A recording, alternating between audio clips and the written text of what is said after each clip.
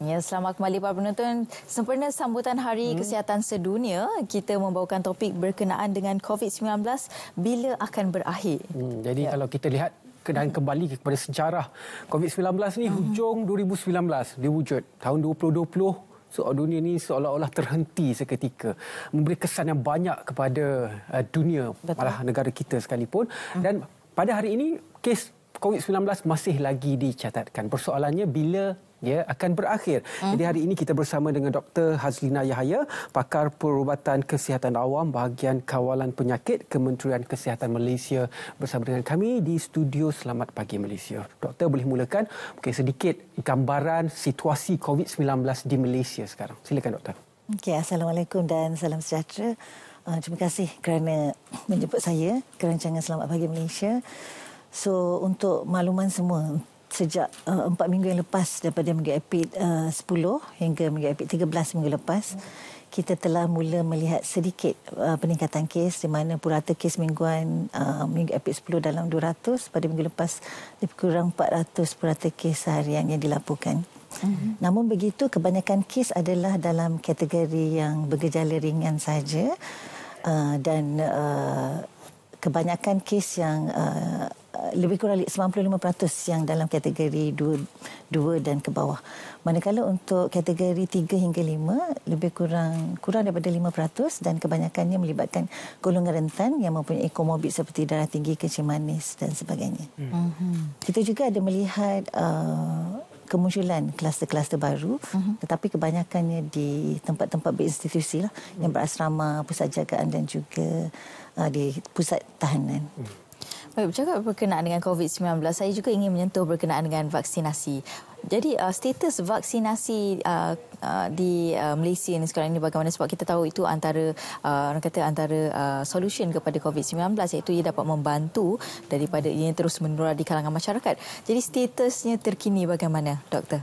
Okey, program imunisasi COVID-19 kebangsaan telah dilaksanakan sejak 24 Februari tahun 2021 dan seterusnya diperluaskan. Mula kita perkenalkan kepada golongan yang berumur 18 tahun dan ke atas di seluruh negara, dan seterusnya diperluaskan kepada kanak-kanak dan remaja.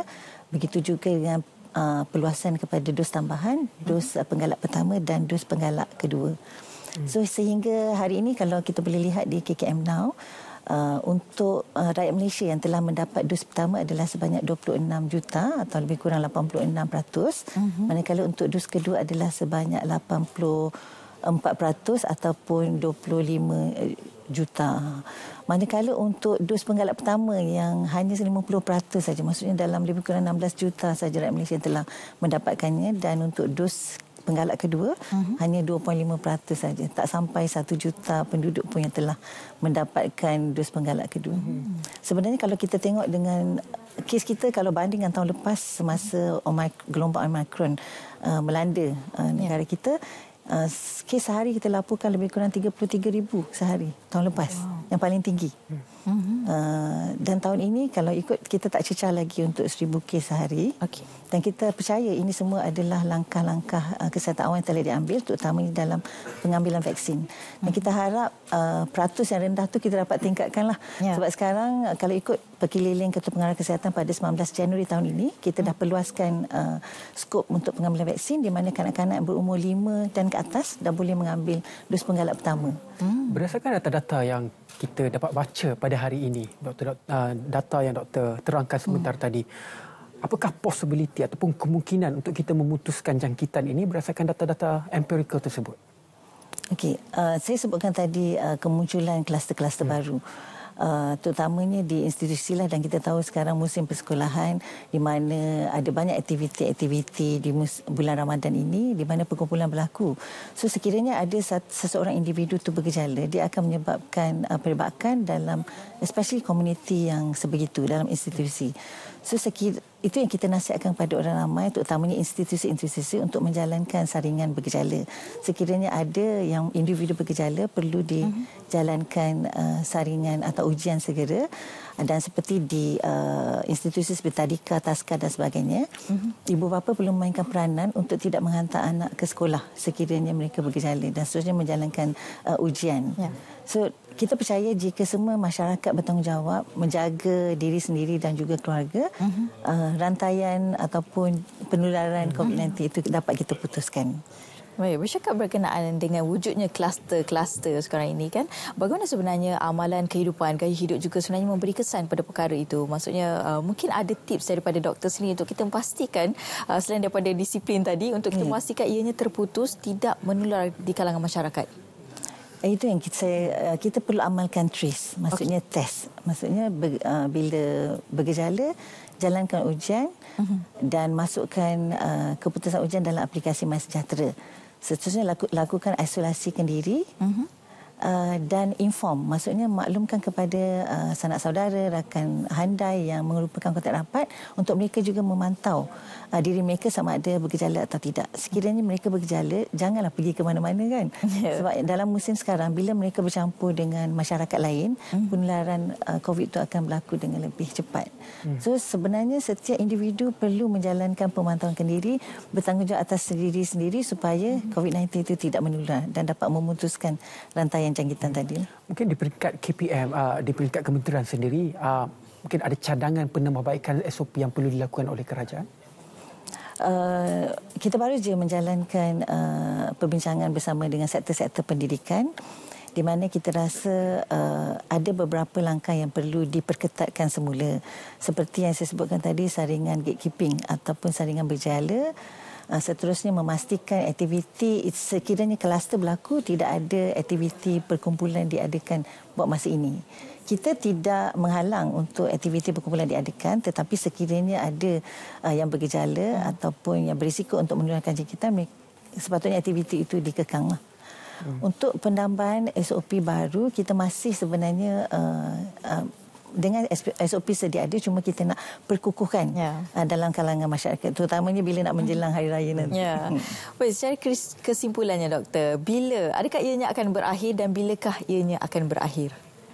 Malaysia sekarang berada di fasa peralihan daripada pandemik, dan kita sebenarnya mengikut keputusan WHO bilakah dia akan umumkan kepada endemik dan seterusnya. Dalam pada sekarang, kita sebenarnya bukan setakat memantau kes harian, kita juga menjalankan surveillance saringan penyakit jangkitan saluran pernafasan seperti ILI, iaitu influenza illness, demam, batuk, sesama, SARI, severe acute respiratory infection, sekiranya mereka ada jangkitan yang teruk dan perlu masuk ke hospital. Kita juga menjalankan surveillance untuk kes-kes varian baru.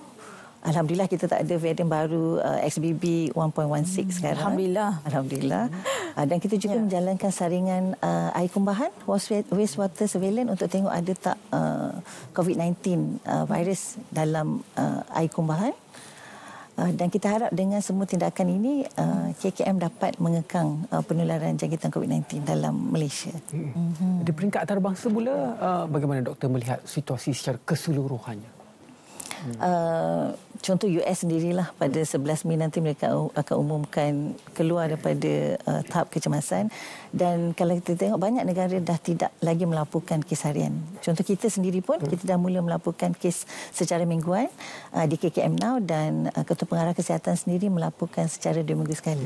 Apa yang kita nak tekankan ialah kes harian yang berlaku sekarang adalah gejala rendah. Yang kita risaukan adalah orang-orang yang berisiko, yang golongan rentan, yang mempunyai komorbiditi seperti darah tinggi, kecil manis, orang tua, kanak-kanak kurang upaya. Sebab sekiranya mereka mendapat jangkitan ini, risiko untuk mendapat komplikasi yang teruk itu adalah tinggi dan seterusnya boleh menyebabkan kematian. Tapi untuk sekarang, alhamdulillah, kalau ikut minggu lepas, kes kematian kita menunjukkan penurunan dan kemasukan ke ICU juga adalah statik. So apa yang kita nak tekankan ialah kita tidak mahu kes kematian ataupun kes kemasukan ke ICU itu meningkat.